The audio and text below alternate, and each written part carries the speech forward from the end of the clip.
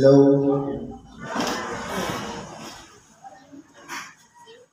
isang pagpalang hapon sa bawat isa sa atin. Dito po tayo sa pagpapatuloy ng gawain sa makatuwid bagay ng ikalawang bahagi, ang pagtalakay ng tinatawag na salita ng Diyos. Ngayon po, meron tayong ditong sitas. Ang una, ayon sa unang sulat ni Apostol Pablo sa mga taga-Corinto, sa Kapitulo 5, versikulo 1 hanggang sa 13. Ang sabi po ay ganito: sa kasalukuyan, nababalita na sa inyo'y may pakikiapid. At ang ganyang pakikiapid ay wala kahit sa mga hindi na isa sa inyo'y nag-aari ng asawa ng kanyang ama. Ito po ay ipinasulat ni Apostol Pablo sa mga taga-Corinto. Dahil po, kumbaga, dapat sana yung magulang respeto. Halimbawa, yung ama, kung ano ang respeto ng anak sa kanyang ama, ganun din sa asawa ng kanyang ama. Paging ito man ay magulang o pangalawang magulang. Halimbawa, yung ama ay nag-asawa sa ikalawa dahil nabauna, kinakailangan ko may pagre-respeto. Pero kung halimbawa, yung anak nagkaroon ng kaugnayan doon sa asawa ng kanyang ama, sa makatuwid bagay yung kanyang madrasa, yun po yung pagkakasala na pakikiapid. Pakikiagaw. Dahil, kinakailangan ko ano ang turing sa magulang o ama na bilang magulang, dapat po kahit mas bata kayong naging asawa ng kanyang ama, sa ikalawang pagkakataon, kahit na edad niya yan, kinakailangan niya ituring din pangalawang ina. Ngayon, kung halimbawa, pinupusuhan mo yung dahil bata pa, pinupusuhan ng anak yung pangalawang asawa ng kanyang ama o kanyang madrasta, nagkakasala na yun ng pakikiapid.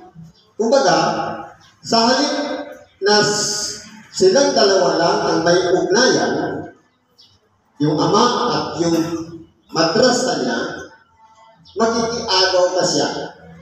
Kaya yun po, nagsulat si Apostol Pablo dahil yun ang ginagawa ng mga taga-Corinto. At kayo'y mga mapagpalalo at hindi kayo magpus ng alumbay upang maalis sa gitna ninyo ang ginagawa ng gawang ito. Dito naman po sa mapagpalalo, ito naman po yung kahit na halimbawa sa sarili, nag-aangat ng sariling bangko o nagpo-promote ng sarili o nagmamalaki, kapag hindi po na-control ang ego o yung nandiliyan sa ulo, nakatakasan, ang kalalabasan po niya magiging mapagpalalo. Ibig sabihin, parang ang tingin niya sa sarili, siya na ang pinakamagaling. Siya na ang pinakamarunong, siya na ang maraming nalalaman, kaya tinatawag na mapagpalalo. Ibig sabihin, para hindi maging mapagpalalo, mayroon pong limitasyon ang kalagayan na dapat huwag humigit doon sa bagay ayon sa kasukatan ng kanyang kakayaan. Kung mga halimbawa, ang tungkulin, halimbawa, miyembro. Ngayon, kung hihigitan niya ba ang namumuno o pangulo, ibig sabihin, pagpapalalo ng tao mo. Kaya yun po ay sampol. Kaya po, itinuturo dito yung pagpapakumbaba. Sapagkat ako sa katotohanan, bagamat wala sa harapan ninyo sa katawan, ngunit ako'y nasa harapan ninyo sa Espiritu, aking nga inaatulan na ang gumagawa ng mga bagay nito ay tulad sa ako'y naharap. Dito po, pinapaliwanag ni Apostol Pablo na bagamat siya'y nasa bilangguan, sa katotohanan nagsasalita siya.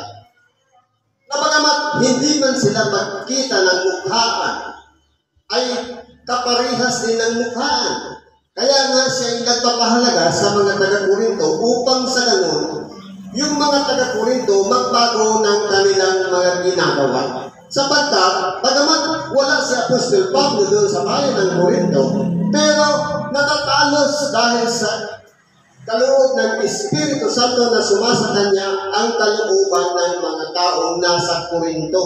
Kaya ipinatatalastas ni Apostol Pablo sa pamamagitan ng kanyang mga sulat. Hindi naging balaki kung siya may naging bilanggo, kung siya man ay nakapangaw o nakakadena o tali ka lang. Hindi po naging balaki sapagkat ang salita ng Diyos ay hindi po nakatanikalakan. Ibig sabihin, ipapahayag pa rin ang pangaral o ibanghilyo sa lahat kapagkat hindi naman po maaaring pigilan kung yun ang kalooban ng Diyos na ipahayag ang ibanghilyo. Sa pangalan ni Jesus, na ating Panginoong sa pangalan ng ating Panginoong Jesus, na nangakatipon kayo at ang ating Espiritu na taglay ang kapangyarihan ng ating Panginoong Jesus. Upang ang ganyan ay ibigay kay Satanas sa ikawawasan ng kanyang laman upang ang Espiritu ay maligtas sa araw ng Panginoong Jesus. Kaya po dito, kumbaga, una ko dito sinasabi ni Apostol Pablo na dalawang bagay lang. Yung mapakiapi at mapagpalalo kapag halimbawa sa mga pagkakatipo natin dahil tayo nasa kapangyarihan ng ating dakilang Panginoong Jesucristo ay hindi po marapat na makihalubilo sa atin ang mga katulad ng ginagawang ito. Sapagkat tunay nga po, kumbaga, sentensyado na. Ibigay kay Satanas sa ikawawasan ng kanyang laman. Kumbaga, pinababayaan na. Kaya nga ang nangyayari, minsan tinitiwalag o kaya pinatanggal sa iglesia para hindi na makahawa pa. Kaya kumbaga, pinakubaya na kay Satanas. Hindi mabuti ang inyong pagmamapuri. Hindi ba ganin yung nalalaman na ang kaunting libadura ay nagpapakumbo ng buong limpak? Alisin ninyo ang lumang libadura upang kayo'y maging bagong limpak na tulad sa kayo'y walang libadura sapagkat ang kordero ng ating Paskwa ay naihain na sa nakatuwing bagay si Kristo. Ano po ba yung libadura? Ang libadura yung aral o turo. Dahil po, pagkaminsan, dahil sa sinabi ng ating libig, kapag iyan po ay ikapapahamak ng kapwa, o kaya ikatitisod ng kapwa, o kaya anumang bagay na, kumbaga, pagmumulan para yung isang limpak ng harina, kapag nilag o yung trigo, kapag nilagyan mo yan ng libadura, napapaumbok. Kumbaga, dahil sa sinabi ng isa, naniwala na lahat.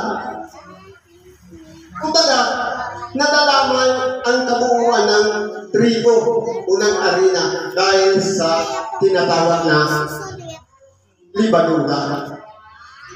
Sabi nga dito, alisin nga ninyo ang lumang libadura. Ano po ba yung lumang libadura? Ano yung lumang libadura? Hindi baga, tayo noon, hindi pa natin nakikilala ang katotohanan. Hindi pa natin alam ang manalangin, ang gumawa ng mga bagay na mabuti. Ngayon, kung ang nasusunod pa sa atin, dati natin ugali, yun yung mga lumang libanura. Ano yung bago? Yung naturuan na tayo. Na meron na tayong isang bagong pag-iisip, na handang sumunod, na handang ipagkatiwala sa Diyos, na panunahan tayo ng Espiritu Santo. Hindi yung sarili nating pag-iisip, hindi yung sarili nating damdamin, kundi dahil na tayo binago na. At sabi nga, hindi na kayo ang nangabubuhay sa iyong sarili, kundi si Kristo na nabangon sa krus sa makatuwid bagay. Ang lahat ng mga binibitawan nating pananalita, lahat ng yan may kaugnayan na lahat sa pangangaral ng Ebanghelyo, sa pagtuturo ng kabutihan, at sa pakikibahagi. Nanaway may mahikayat pa tayo na magsisi at magbalik loob sa Diyos. Yun po yung bagong libanura.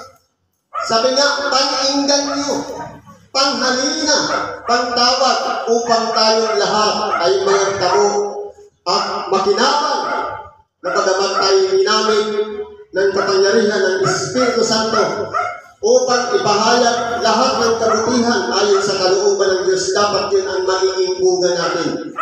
Yun na po yung bunga ng bagong libanura. Pero halimbawa po, nasasapawan pa rin na pagamat tayo binago na, nagsisi na, nagpaiyak-iyak na, nagbalik loob na sa Diyos, pero nasasapawan pa rin tayo ng dati natin ugali, dati natin gawin. Ibig sabihin, ginagamit pa natin yung pamamaraan ng lumang libanura. Kaya po, hindi na dapat ganon, kundi mabuhay tayo ayon sa kaloob ng Espiritu Santo na nasa atin. Kumbaga, hindi na yan desisyon ni Pulano, ni Pulana, kundi ano ang nasa loob yan. Sa makatuwid bagay yung Espiritu Santo na nanahan sa buhay natin. Ginagamit lang tayo para magsalita, para magpahayag, magpaliwanag. Espiritu Santo po ang nasusunod, hindi na po yung sarili nating pag-iisip. Sabi nga, gawin ang iyong kalooban. Nasa panalangin yan. Kung paano sa langit, gayon din sa lupa. Ibig sabihin, kapag tayo'y gumagawa, hindi yung gusto lang natin, kundi kung ano yung kalooban ng Diyos, kaya tayo'y nagsasalita. Alisin ninyo, kaya nga, ipanin natin ang pista. Hindi sa lumang libanura, ni sa libanura na ng masamang akala, at ng kasamaan, kundi sa tinapay na walang libanura, ng pagtatapat at katotohanan. Dapat po nandito na tayo. Yung bagong libanura, yung pagtatapat. At lumalakad na tayo sa katotohanan. Ngayon, kung may kahalo ng kasinungalingan, nandun pa tayo sa lumang libanura. Isinulat ko sa inyo ang aking sulat na huwag kayong nakisama sa mapaki-apit. Ibig sabihin kung may halimbawa, may masumpungan tayong gano'n, na nakikipagrelasyon yung anak sa asawa ng kanyang ama, kinakailangan layuan natin yun.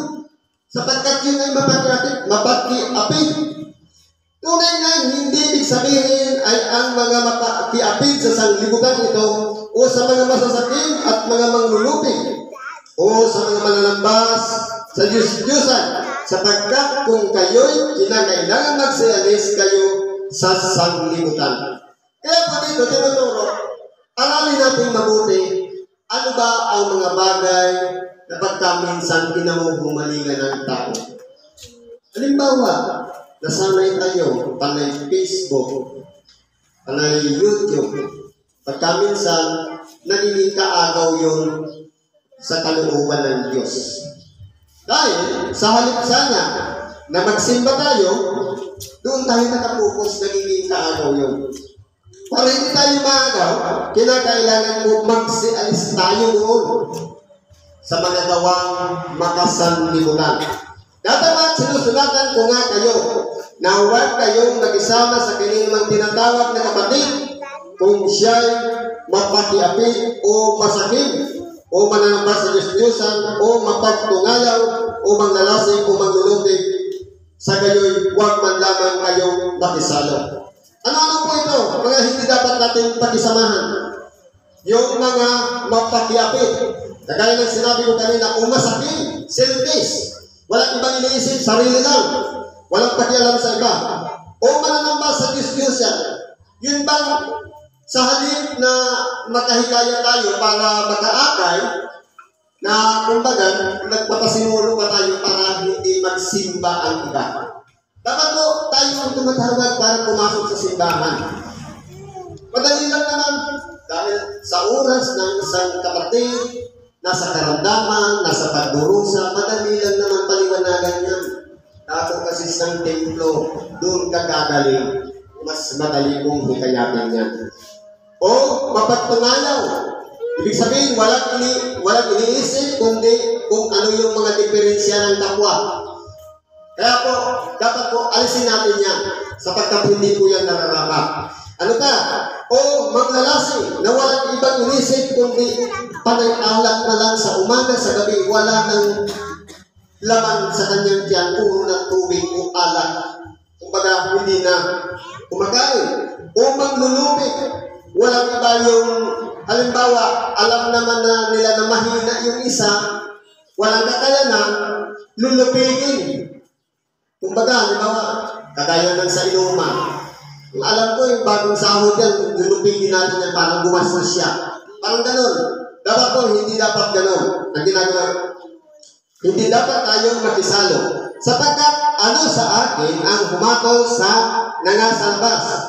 Hindi ba kayo nagsisihatol sa nangasaloob? Kapwa sa nangasalbas, ang Diyos ay humahatol. Alisin nga ninyo sa inyo ang masamang tao. Kaya po dito, tinuturo sa atin, sa nangasaloob, Diyos ang hahatol at ang salita ng Diyos ang hahatol sa atin sa magkatuwing bagay. Dahil yung aral na mga tinanggap natin na pumasok sa ating tainga, dumiretso sa puso natin, doon po pagpapatayan ang paghatol sa atin. Pero yung nasa labas, halimbawa hindi naman palasimpa, hindi naman dumadako ng templo, hindi naman nananalangin, wala po tayong pakialam sa kanila. Diyos po ang hahatol sa kanila. Kaya po, ang paghatol po kasi, yung bang nakita lang natin na may bisyo, nakita lang natin na ng babae o kaya kung ano nang ginagawa, hinuskahan na natin. Kumbaga, sasabihin na natin, wala kang kuwang sa Diyos. Hindi dapat gano'n. Hindi panalangin na natin sila baka sakali magbago ang kanyang pag-iisip at mabuksan at sila'y magsisi at magbalik loob sa Diyos. Siguro ganyan lang pagkibagi natin sa oras na ito. Salamat po at pagkalaan tayo ng Diyos. Ano man ang ating mga kahilingan na idulog natin lahat dyan sa Diyos, sa ngalan ni Kristo Jesus, at tatanggapin natin ang kaloob mula sa bunga ng Espiritu. Salamat at pagkalaan tayo ng Diyos.